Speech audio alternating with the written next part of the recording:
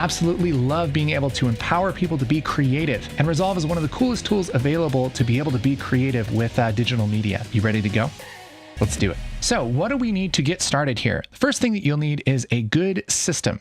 Now, you can use Resolve on a pretty basic computer, but once you start getting a little bit deeper, especially into compositing and things that take a little bit more system resources, if you don't have a good graphics card and kind of a good, like a mid-range gaming PC, or maybe like a Mac M2 or later, you're probably going to have a hard time.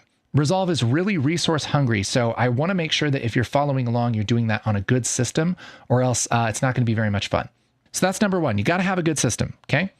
2, you need a copy of Resolve. Resolve has a free version that's amazing. Pretty much everything I show you in this video, you can do in the free version, okay? I'll let you know if there's a paid version thing. Something that would be helpful in this video is a little bit of knowledge on kind of how video editing works and stuff. It's not totally essential. If you've taken videos with your phone camera and you've kind of scrubbed through a video before, that's a really good start. But learning Resolve is going to be especially easy for you if you've used something like iMovie or CapCut or Premiere or something like that. All of those editing skills transfer nicely into Resolve. The other big thing I'd recommend is that you actually dedicate some time to this. Learning any new skill takes time. And Resolve is a great, big, deep program that can do all kinds of stuff. And it's really easy to feel lost and frustrated, especially when you start looking at the interface like we're going to look at in a few minutes. But I want you to take some time and have some patience. Be kind to yourself, because learning this kind of thing, especially if you're brand new to it, is not easy. That said, I'm going to do my very best to move slowly and to give you just the need to know knowledge in little bite-sized chunks, so it doesn't take quite as much time and you don't need quite as much experience. You can use the free version. And a lot of this stuff you can do on a system that maybe isn't the highest spec system ever, especially the media that we link down below. That should all run on just about any system without lots of trouble. So let's start with the very basics. What the heck is Resolve? Resolve is a piece of video editing software. And what makes it unique is that not only can you do video editing, like in the traditional sense of putting clips together in a story and kind of lining that out and cutting out the parts you don't want and that kind of thing, but it can also do fancy things like adding explosions and lightsabers and duplicating people and cloning things out, things that you would maybe think of using Photoshop for, but for video. DaVinci Resolve is also really, really great at color correction, and it can also mix audio really well. And so all of these things kind of come together as sort of a one-stop shop for what we call post-production. That's everything that happens after you shoot. So managing your media, putting it together in a timeline, graphics and effects and all kinds of stuff. That all can happen inside of Resolve. And Resolve is a very high quality program. It's a professional program. This is the kind of app that Hollywood uses, and they use on great big movies and TV shows and all kinds of stuff. Like here on the Blackmagic website, you can see clips from movies that have used Resolve. I mean, from Marvel and from Disney and things that you would see in the theaters. This is the kind of production quality that we can do with Resolve. I mean, this is nuts. So the fact that we have such a high quality piece of software available, in the free version for free is just nuts.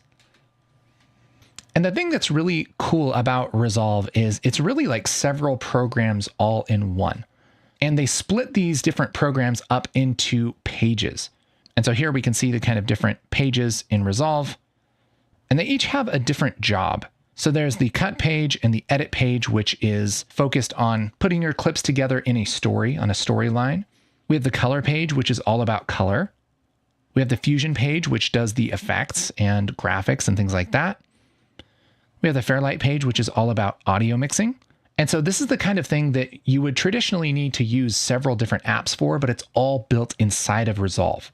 And so here we have the pages of Resolve. They're actually represented by these buttons that are down below on the interface of Resolve. So here, if I bring up Resolve, we see these buttons right here.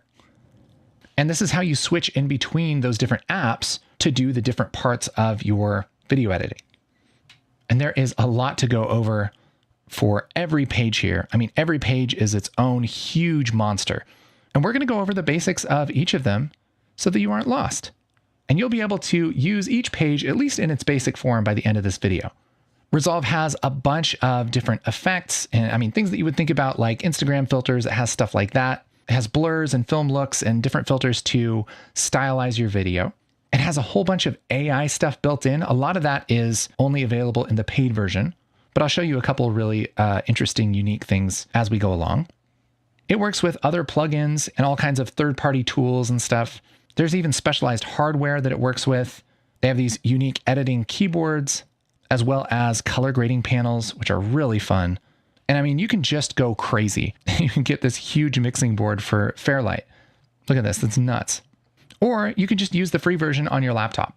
That's the amazing thing about Resolve is it scales to your ability and your needs. You can use the free version on a laptop on a plane, or you can use the paid version with all kinds of hardware in a huge studio. And it's all using the same piece of software with just, little different features. So let's talk about the free version versus the studio version. People always ask me, what's the difference? The long story short is if you are watching this video, you can probably use the free version. I would recommend that you get the free version, you download it, you open it up, and you start making stuff with it. If you get into some corner of Resolve where something is only available in the paid version, it will pop up and tell you. And I always recommend that you only upgrade if you keep running into that. It can do nearly everything I show you in this video. You can work with just about any kind of video. You can even collaborate with other editors online with the free version. You can render up to UHD, so that's a little smaller than 4K. That's like the consumer 4K. It has color grading, it has fusion compositing, it has Fairlight. You can use it for commercial work. There's no demo period, there's no watermark. It's just a ridiculously good deal. It's free. There's no catch. It's just awesome. Now, for the studio version, you do get a bunch of really cool stuff. Most notably, Resolve effects, which are just a lot more effects to stylize your video, as well as all the AI stuff. There are a lot of new AI features that will do things like sweeten your audio or cut out a person walking across your videos so you can put graphics behind them. And there's a lot of really nice little features that just make Resolve even better. Resolve Studio, you buy it once for $295. It's a smoking deal. There's no subscription. You just buy it for $295 and you get it forever. And so far, they have not been charging for upgrades. It's very possible they'll charge something for upgrades in the future. But even if they do, this is a smoking deal because there are a lot of really cool things in the paid version of Resolve that I would highly recommend getting the paid version for. But again, if you're just starting out, and even if you're not starting out, but you just don't need some of those features, use the free version. It's amazing, and there's just no reason not to do that. So my answer is get the free version and see how it goes. Consider getting the paid version when you have some extra money, or if you need some of the really specific things that Resolve Studio will give you. But the free version is perfect for, 90% of people can totally use the free version. And this is really the reason why we teach Resolve at Ground Control is because our mission is to encourage and empower creativity. We want people to be able to create the things that they want to make. And right now, DaVinci Resolve is like the greatest tool for that. So I'm really excited that you're looking into it. Let's get into the actual software, shall we? By the way, I'm using DaVinci Resolve 20 for this video. In the future, whether you're using DaVinci Resolve 20 or 20.5 or 21 or whatever comes out next, 99% of what we're going over is going to apply perfectly. But if you're on Resolve 21 or something, probably not a big deal. Another thing to mention is that I am using the studio version of Resolve, but everything that I'm going to show you is in the free version, okay? So don't be asking me in the comments, is this all in the free version? Do you even listen? So when you open Resolve, this is the first thing that comes up. Now this panel right here, this is called your project manager. This is how you navigate to your different project files. You can see I have some of these older projects here. Yours might look more like this, and that's totally fine. But here is where we open past projects and make new projects. And all of the projects here, these live in our project library. We can browse our project libraries over here. And by default, you'll be working on your local libraries. Now, what the heck does that mean? So a library is just a database of your projects that lives on your system. It's basically just a folder that has your projects in it. Resolve is kind of picky about where that folder goes. It always wants to have access to just that folder. You can't just put projects willy-nilly all over the landscape. So by default, it's probably on your system drive. You can hit this little I and then click on Open File Location. And so for me, it's under C, Users, KC Documents, Resolve Disk Library. And if you go through a whole bunch of subfolders, you'll find all of your projects. Now, I wouldn't worry about this too much. Here's why. The only time you're going to need to open up a project is in Resolve, and Resolve knows where that is. If you want to save a project that's not in that library, maybe you want to save it and give it to somebody else, or you want to save it as a backup or something like this, all you have to do is right click on your project and go down to Export Project. That will let you save a copy of your project to your desktop or to an external drive or to cloud storage or whatever you want to do. That's going to make a DRP file. That's short for DaVinci Resolve Project.